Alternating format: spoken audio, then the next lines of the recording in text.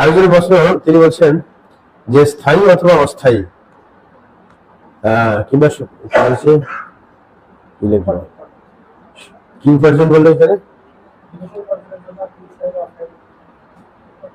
শুধু উপার্জনের উদ্দেশ্যে কাফের মুশরিকদের দেশে যাওয়া যাবে কি? আচ্ছা, যদি কেউ যায় তাহলে তাদের জন্য কি হুকুম? আচ্ছা আচ্ছা, যাই হোক, শরীয়তের দৃষ্টিকোণ হচ্ছে যে স্থায়ী অস্থায়ী যে কোনো ভাবে উপার্জনের জন্য, স্থায়ীভাবে সে ওইখানে যাক অথবা অস্থায়ীভাবে যাক, উপার্জনের জন্য যাওয়া না যায়, যেখানে ইসলামের পরিপূর্ণ বাস্তবায়ন সম্ভব না।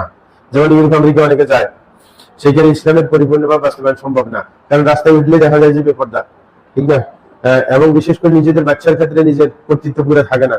আমরা অনেক থেকে শুনেছি যারা ইউরোপে ছিল, যেমন এই যে মাসুদ শিকদার একজন আছে, সে আমাদেরকে অনেক কিছু বলছে, দীর্ঘদিন ছিল ইউরোপের মধ্যে। সুতরাং এই কারণে বিশুদ্ধ মত হচ্ছে বিজ্ঞান গ্রামের মত, অর্থ উপার্জনের জন্য স্থায়ী হোক অস্থায়ী হোক কোনোভাবে কাফের রাষ্ট্রে যাওয়া যাবে না, যেখানে ইসলাম পরিপূর্ণ বাস্তবায়ন করা সম্ভব না।